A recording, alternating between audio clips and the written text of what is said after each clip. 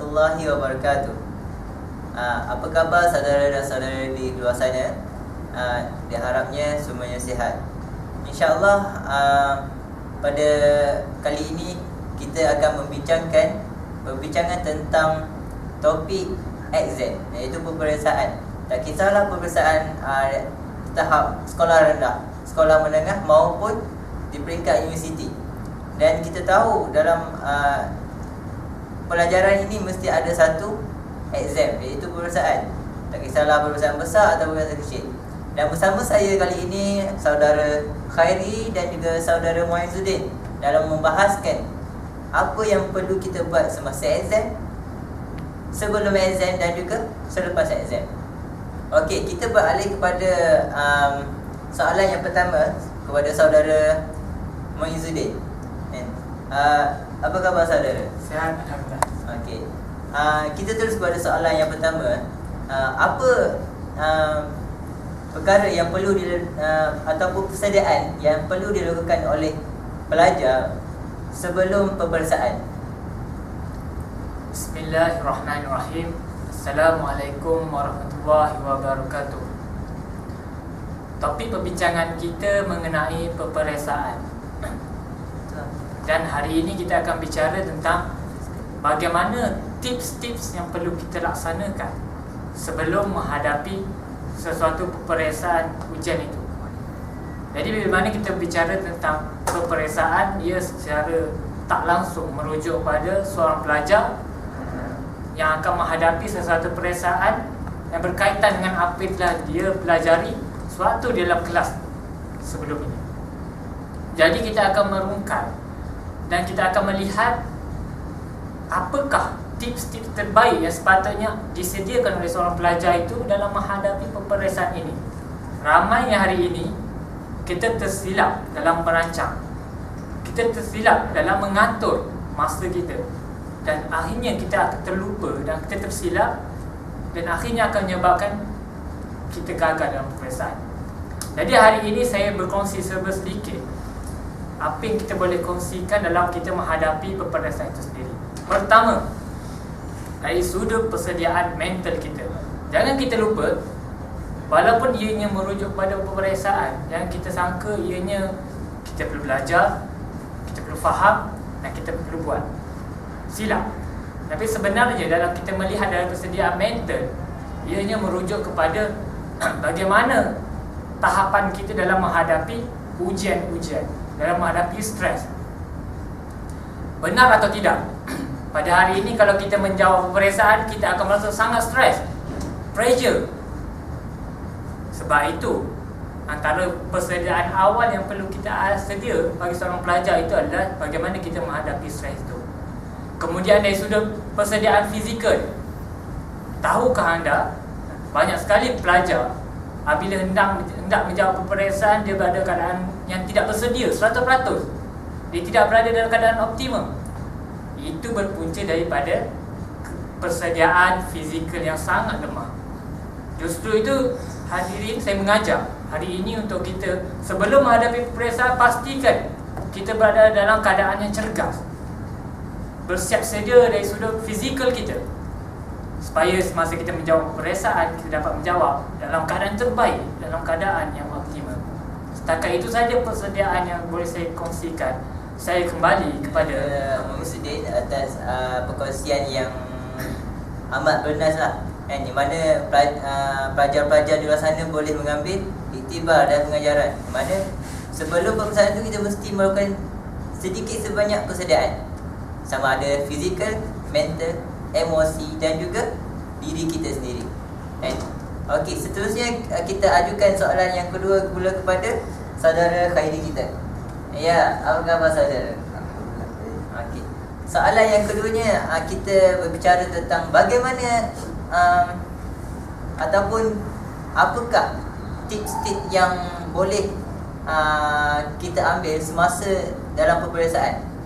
Maksudnya dalam peperiksaan tu apakah tips yang sesuai bagi seorang pelajar dalam menghadapi peperiksaan?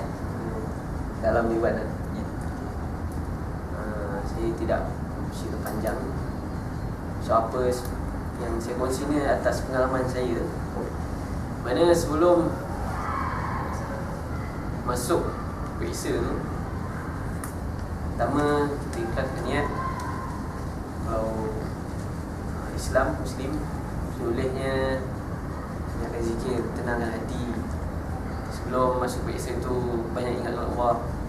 Kalau mampu lagi ada masa, kita buat solat sunat. Supaya apa? Dalam periksa tu kita dalam tenang.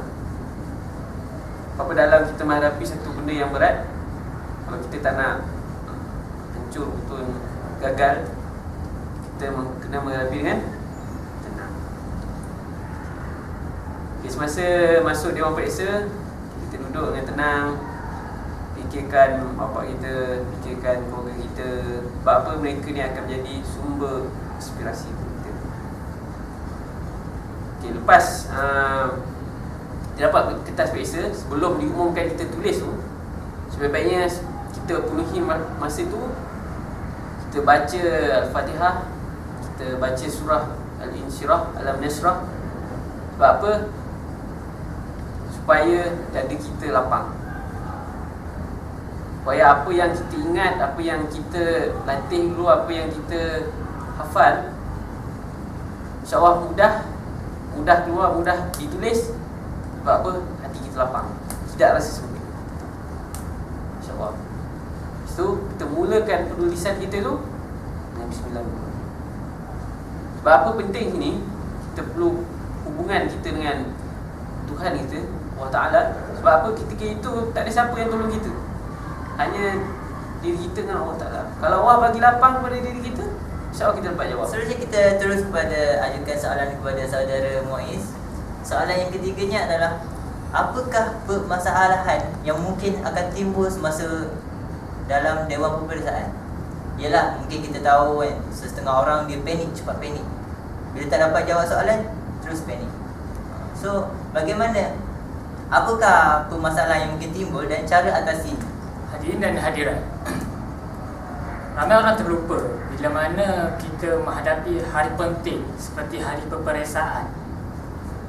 Sedikit banyak kita terlupa dari sudut bagaimana keadaan kita sewaktu untuk mengambil peperiksaan itu sendiri. Jadi, menurut pandangan sekeliling, apa yang saya lihat bersama sahabat-sahabat, mungkin anda di luar sana juga pernah merasai apa yang saya perhatikan. Pertamanya, antara permasalahan yang timbul sewaktu hari kejadiannya exam itu atau peperiksaan itu, ada di kalangan mereka yang tidak bersedia untuk hadir ataupun tidak hadir pada waktu yang ditetapkan. Jangan terkejut adanya cikgu-cikgu ataupun pengawal peperiksaan yang mengadu ada pelajar yang lewat sampai ke 30 minit kerana bangun lambat, kerana bersiap lambat.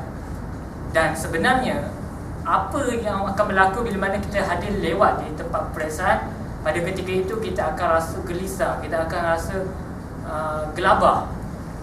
Sebab apa? Kita dah kekurangan masa di situ, sedangkan waktu peperiksaan itu terhad.